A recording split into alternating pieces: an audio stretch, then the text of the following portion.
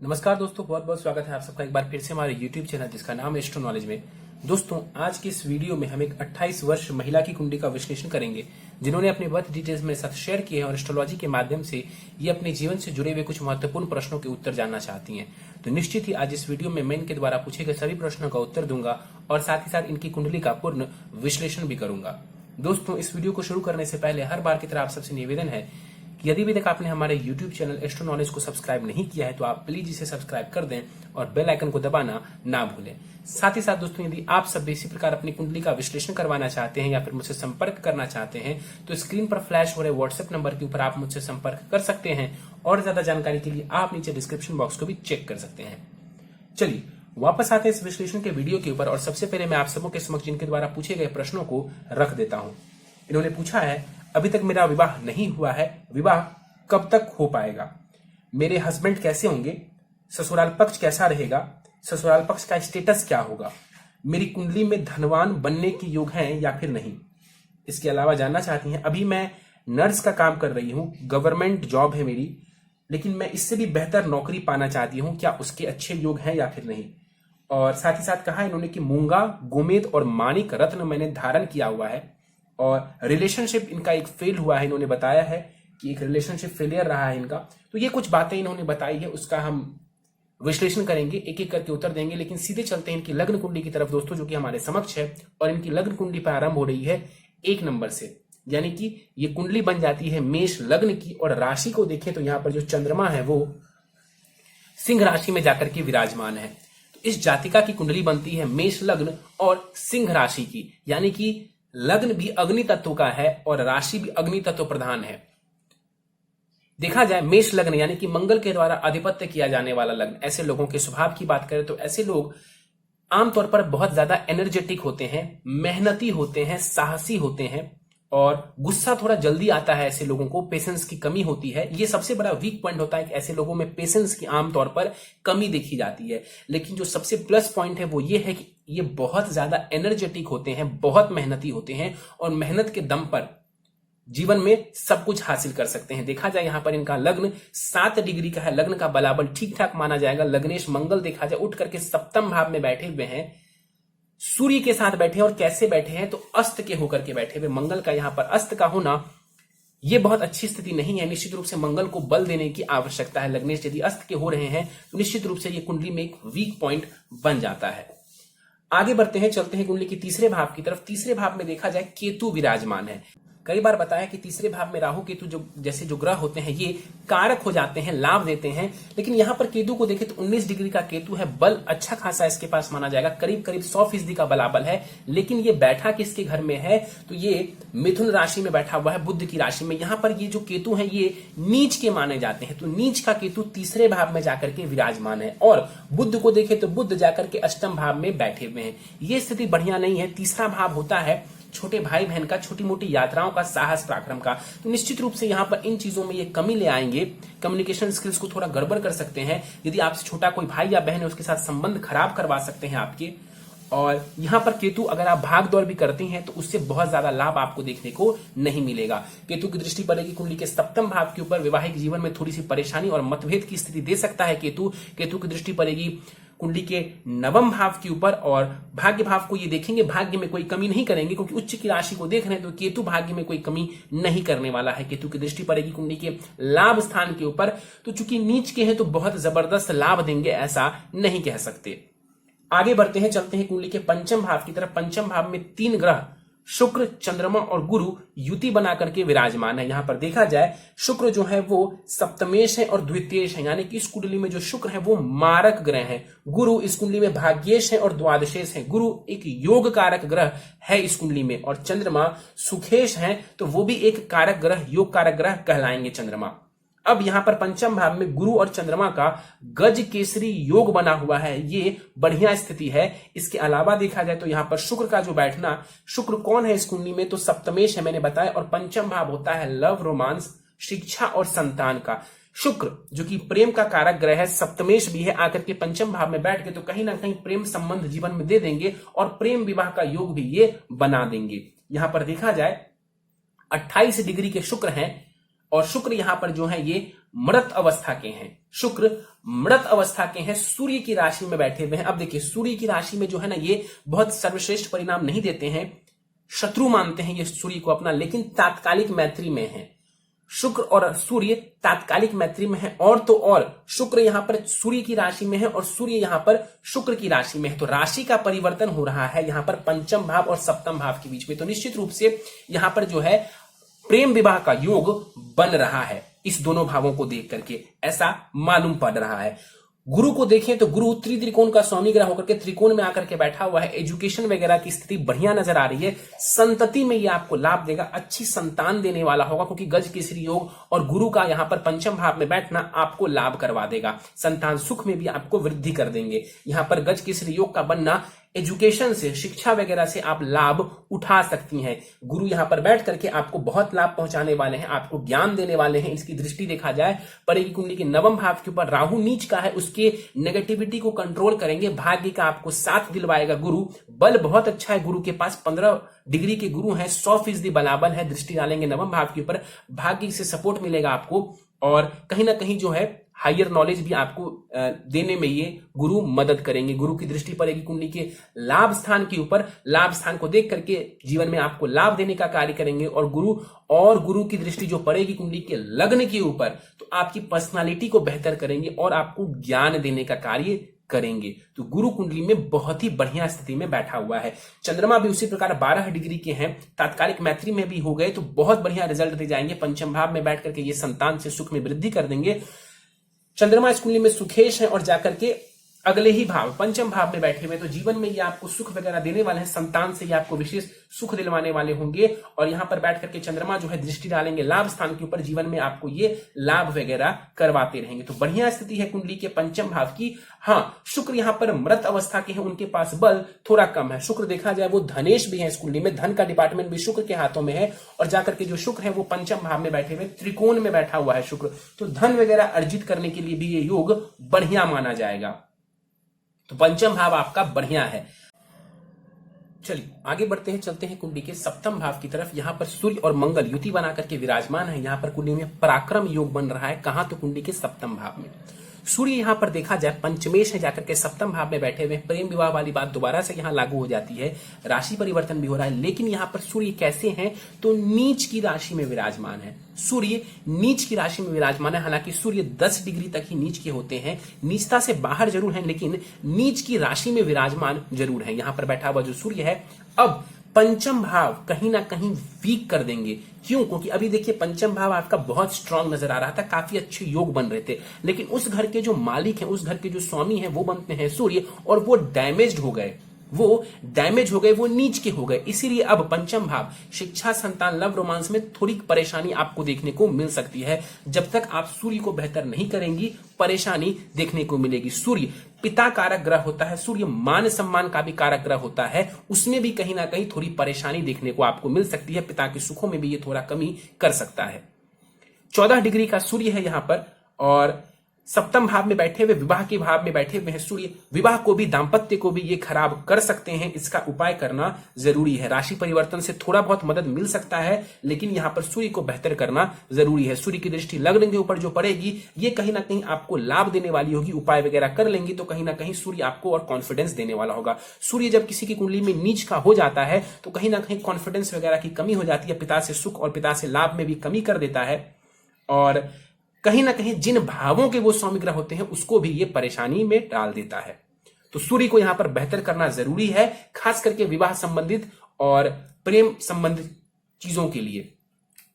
मंगल को देखें, लग्नेश है मंगल और अष्टमेश भी है मंगल इस कुंडली में। चूंकि मंगल लग्नेश है, कारक ग्रह है, तो उसको अष्टमेश होने का दोष नहीं लगेगा। सप्तम भाव में मंगल आकर के बैठा हुआ है, लेकिन वो अस्त है। देखिए 14 डिग्री का सूर्य है, 16 डिग्री का मंगल है, तो मंगल यहां पर अस्त के हो गए। बल बहुत कम हो जाएगा मंगल के पास, दृष्टि का बल खत्म हो जाएगा, मंगल के पास होगा ही नहीं। और सप्तम भाव में भी जो मंगल है वो पूर्ण रिजल्ट नहीं दे पाएगा।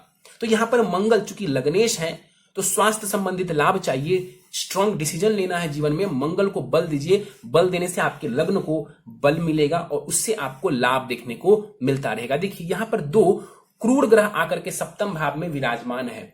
ये वीक कंडीशन है, अच्छी कंडीशन नहीं मानी जाएगी विवाह के लिए। तो विवाह सोच समझ के करें, कुंडली मिलान करके करें, और कुंडली मिलान वगैरह करके करेंगी तो परेशानियों से बच जाएंगी। नहीं तो थोड़ी बहुत परेशानी देखने को वैवाहिक जीवन में आपको मिलने वाली है। कलह की स्थिति, मतभेद की स्थिति साफ साफ नजर आ रही है। परेशानी बढ़ सकती है। डरने की आवश्यकता नहीं है, कुंडली मिलान करने की आवश्यकता जरूर है। अनिवार्य है आपके लिए कुंडली मिलान करना। आगे बढ़ते हैं, बुध के ऊपर चलते हैं। 2 डिग्री का बुध है, जाकर के अष्टम भाव में विराजमान है। बुध यहां पर देखा जाए मृत अवस्था के साथ विराजमान है यहां पर। और बुध इस कुंडली में कौन है तो मारक ग्रह है। मारक क्यों है? क्योंकि वो तृतीयेश है और वो षष्ठेश है। अब यहां पर मारक ग्रह है बुध, लेकिन विपरीत राजयोग की स्थिति बना रहे हैं। अगर आपने मंगल को बल दे दिया है, चूंकि इन्होंने बताया है कि इन्होंने मंगल के लिए मूंगा रत्न धारण किया, तो निश्चित रूप से इन्होंने अपने लग्न को बलवान कर दिया।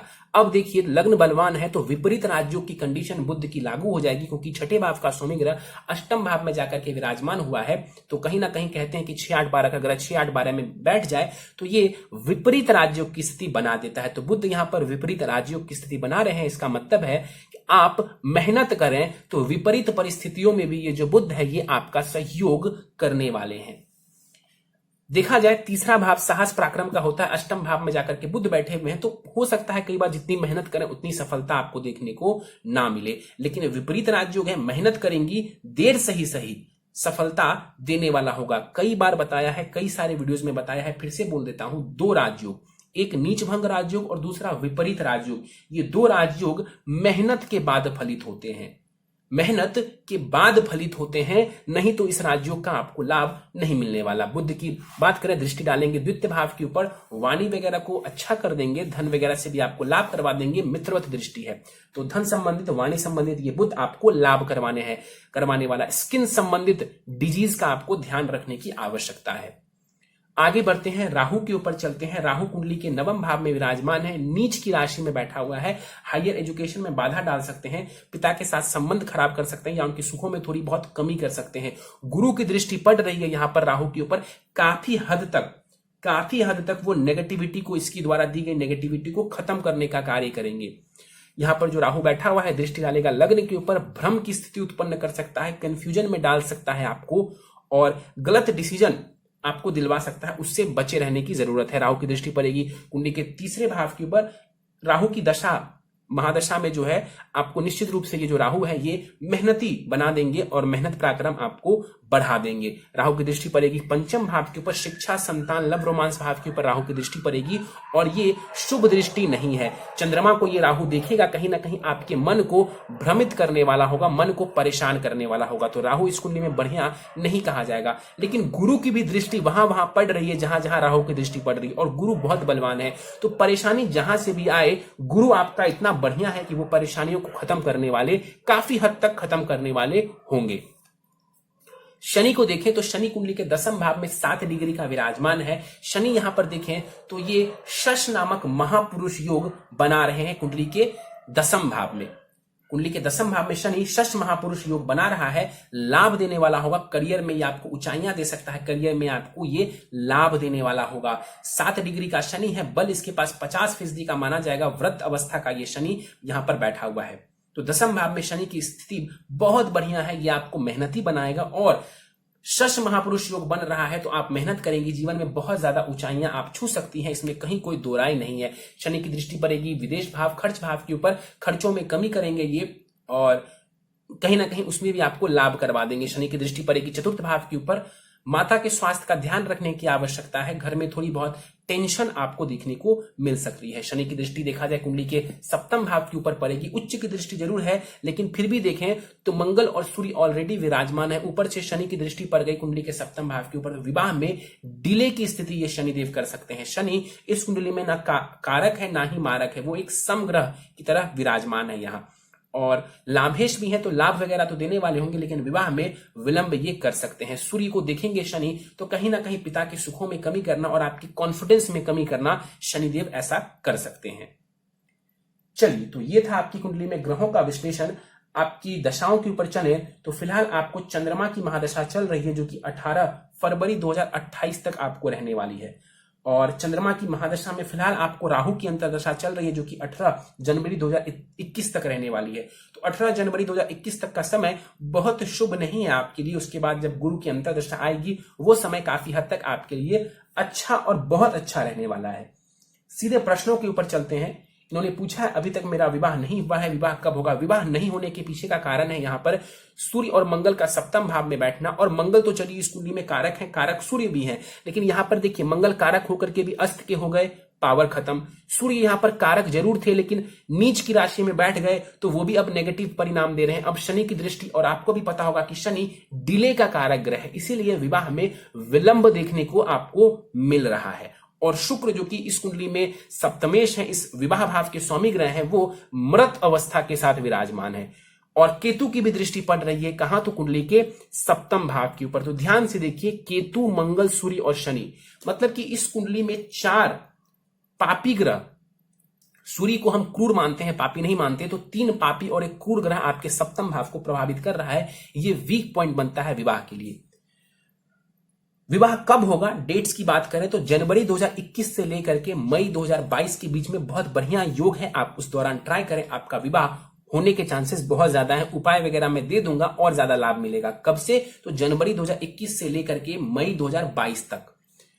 पति मेरे कैसे होंगे, ससुराल पक्ष मेरा कैसा होगा। देखिए निश्चित रूप से यहां पर देखा जाए, पति को 2 चीजों से देखते हैं। एक तो गुरु जो है ना, वो पति को दर्शाता है, गुरु पति को दर्शाता है। आपका गुरु हर प्रकार से यहां पर मुझे बढ़िया नजर आ रहा है, नवमांश कुंडली में भी बढ़िया है, तो आपके हस्बैंड अच्छे होंगे, इसके चांसेस बहुत ही ज्यादा है। लेकिन आपका जो सप्तम भाव डैमेज्ड है, सप्तम भाव आपका डैमेज्ड है, तो निश्चित रूप से यहां पर कुंडली मिलान करके विवाह करने की आवश्यकता नजर आती है। पति अच्छे होंगे, इसके चांसेस ज्यादा है, लेकिन वैवाहिक जीवन में परेशानी आ सकती है।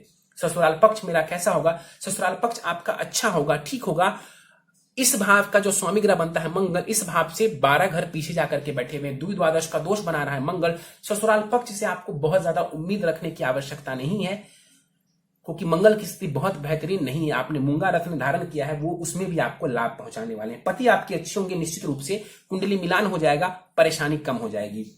ससुराल पक्ष का स्टेटस कैसा होगा, मेरे हिसाब से ससुराल पक्ष का स्टेटस अच्छा होगा। बुध वहां पर विपरीत राज्य बना करके बैठे हुए हैं, अच्छी स्थिति नजर आ रही है, लेकिन हो सकता है तो थोड़ी सी परेशानी हो, क्योंकि मंगल 12 घर पीछे जाकर के बैठे हुए हैं, तो थोड़ी सी परेशानी वहां पर भी देखने को मिल सकती है। मेरी कुंडली में धनवान बनने का योग है या फिर नहीं है, बिल्कुल यहां पर देखिए तो जो शुक्र है वो केंद्र में आकर, माफ करिए, शुक्र जो है वो धनेश है और त्रिकोण में आकर के विराजमान है, अच्छी स्थिति है कुंडली में। और लाभ भाव को गुरु देख रहा है, शुक्र देख रहा है और चंद्रमा देख रहा है, ये भी बढ़िया स्थिति है। और लाभेश जो शनि है वो यहाँ पर 10th भाव में विराजमान है, बढ़िया स्थिति है। धन वगैरह आप जीवन में कमा सकती हैं, धन अर्जित कर सकती हैं, इसमें कोई खास परेशानी मुझे नजर नहीं आ रहा। इसके बाद इन्होंने बताया है कि अभी मैं नर्स का काम कर रही हूं, सरकारी जॉब है, चलिए अच्छी बात है। और ये कहती है कि मुझे और भी अच्छी नौकरी करनी है, इसके क्या योग हैं। निश्चित रूप से अभी अगर आप जॉब करना चाहें, अगले साल से बढ़िया समय है जॉब के लिए, जॉब चेंज वगैरह करना चाहे, कुछ बड़ा करना चाहे, तो जनवरी 2021 से लेकर के दिसंबर 2023 तक का ये पूरा ही जो समय है, एक मोटे तौर पर मैं कह रहा हूं, ये समय बढ़िया है जॉब संबंधित चीजों के लिए। तो मेहनत को बढ़ा दीजिए, अगले वर्ष से जॉब और विवाह दोनों के ही योग बढ़िया बन रहे हैं। इसके बाद इन्होंने बोला है कि मैंने मूंगा रत्न धारण किया हुआ है, बहुत जरूरी है आपके लिए मूंगा रत्न धारण करना, आपने बिल्कुल सही किया है। इन्होंने बताया कि मैंने गोमेद भी धारण किया है, आपने गलत धारण किया है। गोमेद रत्न आपको नहीं धारण करना था, ना तो राहु की दशा है, ना ही राहु की प्लेसमेंट ऐसी है कि आपको धारण करने की आवश्यकता हो। राहु, देखिए रत्न हम जब भी धारण करते हैं तो कोई भी ग्रह पॉजिटिव नहीं होता है, हमेशा समझिए इस बात को कि रत्न को बिल्कुल भी नहीं पता कि उसको पॉजिटिव करना है या नेगेटिव करना है। रत्न हमेशा ही ग्रहों के बल को बढ़ाते हैं, रत्न हमेशा ही ग्रहों के बल को बढ़ाते हैं, इसीलिए कहते हैं कि हमेशा ही कुंडली में अच्छे ग्रहों के रत्न धारण करें। कभी आपने ये नहीं सुना होगा कि ये ग्रह खराब है तो उसके रत्न धारण कर लो, यदि आपसे किसी ने ऐसा कहा तो ये गलत इंफॉर्मेशन दी गई है। राहु आपका नीच की राशि में है, मेरे हिसाब से आपको राहु को बल देने की आवश्यकता कहीं से भी नहीं है, तो गुमेद आपके लिए बिल्कुल भी उचित नहीं है।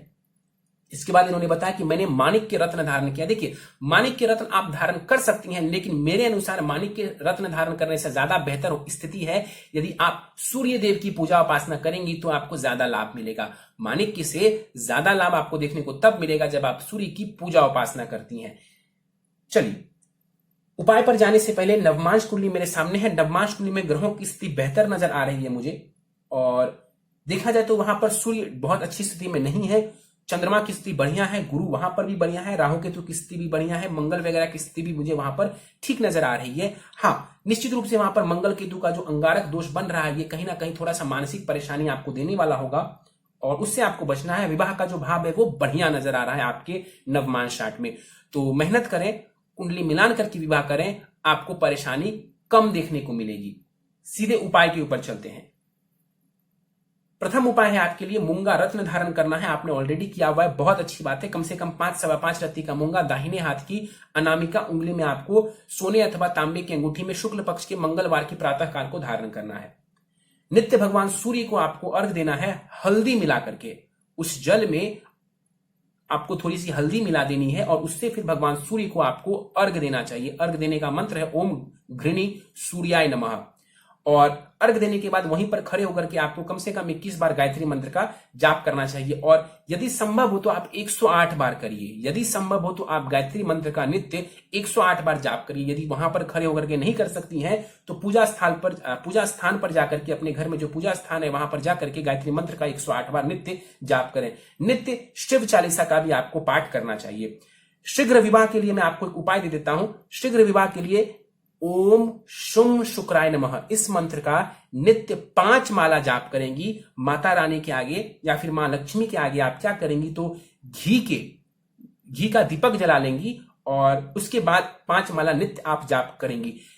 शुक्ल पक्ष के शुक्रवार से आपको ये प्रारंभ करना है जाप। जब 64,000 मंत्र का जाप हो जाए उसके बाद आप किसी ब्राह्मण को बुला करके इसका दशांश हवन करवा लें। दशांश हवन मतलब 1/10 भाग में आपको उसकी आहुति देनी है। यानी कि यदि आप 64,000 मंत्र का जाप कर लेती हैं तो आपको 6400 मंत्रों से आहुति देनी होगी। और जब आप आहुति दें तो उसमें गूलर ये आपको आसानी से मिल जाएगा। गूलर से आपको आहुति देनी है। इसके अलावा आप और भी ज्यादा चीजें मिला सकते हैं, जैसे घी, हनी, ये सब आप मिला सकती हैं। और भी जो पंडित जी आपको बताएंगे वो सब आप मिला दें उसमें, लेकिन गूलर ये जो है सामग्री उसमें होनी चाहिए। ये शुक्र को रिप्रेजेंट करता है, आपको लाभ मिलेगा।